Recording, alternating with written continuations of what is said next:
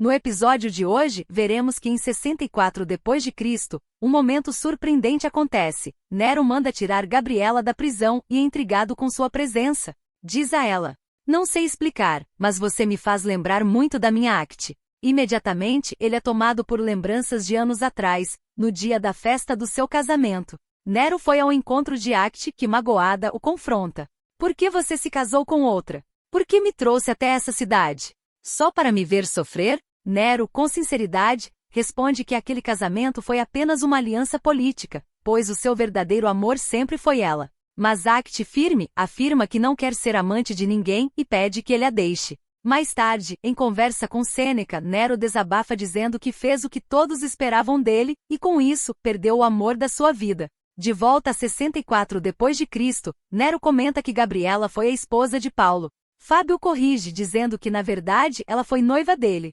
Curioso, Nero quer saber o que Gabriela fez para irritar tanto sua rainha, pois ela parece odiá-la. Fábio acredita que tudo não passa de um mal-entendido, já que Gabriela jamais prejudicou alguém. Nero se retira, e Gabriela retorna à cela. Enquanto isso, em Salônica, Paulo participa de debates nas sinagogas durante 3 sábados consecutivos. Ele discute com os judeus sobre as Escrituras e logo surgem controvérsias. Alguns acusam Paulo de tentar confundir o povo e blasfemar contra Deus. Outros, no entanto, defendem seu direito de falar. Em tom resignado, Paulo murmura para si: "Lá vamos nós de novo." No palácio, durante a festa de casamento de Nero, o rei Agripa chega com Berenice e pergunta se o imperador está ciente do que vem acontecendo em Cesareia. Cláudio confirma. Agripa então critica a gestão de Comano e se oferece para substituí-lo, dizendo conhecer bem aquele povo. Cláudio comenta sobre os samaritanos com desdém, o que incomoda Agripina, pois Agripa é daquela região.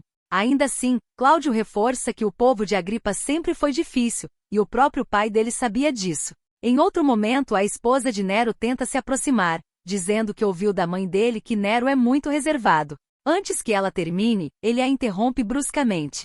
"Minha mãe não me conhece. Quer saber quem eu sou? Não me lembro do meu pai biológico, só sei que era odiado. Cresci longe da minha mãe, exilada pelo irmão dela depois de matar meu pai. E mais, o seu pai só me adotou para agradar a minha mãe. E eu já amo outra mulher." Enquanto isso, Paulo lê uma carta enviada por Lucas, avisando que chegaram a Jerusalém e foram bem recebidos.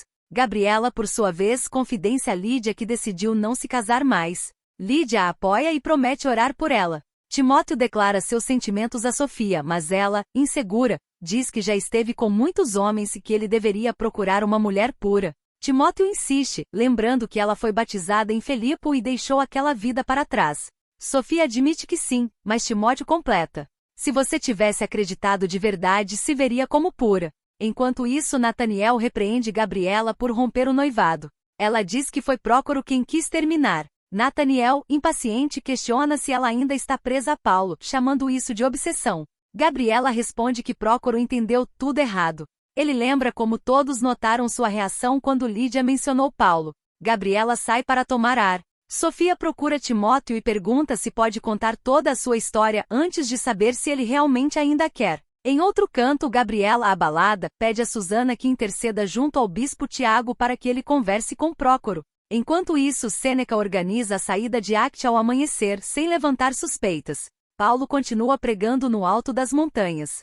Sofia, emocionada, conta sua história para Timóteo e o beija. Na cidade, homens invadem a casa de Jasão e o impedem, com sua família, de ir à reunião. Eles são agredidos e levados diante da autoridade. Os acusadores dizem que eles estão apoiando rebeldes que proclamam outro rei além de César, um tal de Jesus. Jasão tenta se defender. "Nunca falamos contra César. Sempre respeitamos as autoridades que Deus estabeleceu." Mesmo assim, os acusadores insistem que eles seguem Paulo, o causador de tumultos. Eliasaf chega e reforça a acusação, dizendo que desde Antioquia ele testemunha a ameaça que representam. Para ele, a missão é clara: parar essa seita. Ferestarco surge e, ao saber que Paulo está entre os detidos, paga a fiança e exige a libertação dos homens. Adão obedece, e os homens são soltos. Paulo, à distância, observa. Silas avisa que ganharam tempo, mas não é seguro permanecer ali. Ferestarco recomenda que Paulo vá para Bereia, onde terá apoio. Paulo parte sozinho, questionando em oração: "Por que, Senhor, o teu próprio povo dificulta a missão que o Senhor me confiou?" Enquanto isso, Acte sai do quarto de Nero e dá de cara com sua esposa, Otávia, que explode em fúria. Fábio procura Rod, mas ela está com Marcos, o traindo. Ainda em 64 d.C., Fábio revela a Gabriela que comprou Elisa a pedido de Rod. Gabriela tenta tranquilizar a menina, afirmando que Rod cuidará bem dela e que agora ela tem uma missão especial. Leve essa luz que existe em você para Rod. Elisa promete encontrar sua mãe e trazê-la de volta para Roma. Gabriela a abençoa. Jesus estará com você até o fim. Fábio avisa aos presos que até o dia seguinte será decidido o destino deles, e lembra que Nero é imprevisível, então é bom estarem preparados. Emocionado, diz que fez tudo o que podia. Gabriela pede que ele agradeça a Rod por tudo, e garante que não tem culpa de nada. Fábio sai chorando. Em Bereia, Paulo e seus discípulos são calorosamente recebidos. Timóteo conta a Sofia que sua mãe está ansiosa para conhecê-la. Silas celebra a futura união dos dois. Mas a paz dura pouco. Eliasas aparece na sinagoga e acusa Paulo mais uma vez. Você é um falso profeta. Paulo, com ironia, responde. Sentiu minha falta? Eliasas retruca. Eu vim te expor, Saulo de Tarso. Paulo observa como sua obsessão foi longe. Eliasas revela que até os pecados do passado de Paulo, inclusive mortes, são conhecidos por ele. Lucas narra que por conta disso Paulo foi enviado direto para a costa do mar. Já Silas e Timóteo permaneceram em Bereia. Paulo, ao se despedir, diz que caso não fosse para Atenas, o ministério deles ali estaria comprometido. Prometem se reencontrar em breve em Corinto. Enquanto isso, Lucas, Gabriela e Lídia participam de uma reunião com o bispo Tiago. Ele comenta que Pedro está firme que o trabalho só cresce. Barnabé segue em Chipre com Marcos, e Felipe permanece em Cesareia.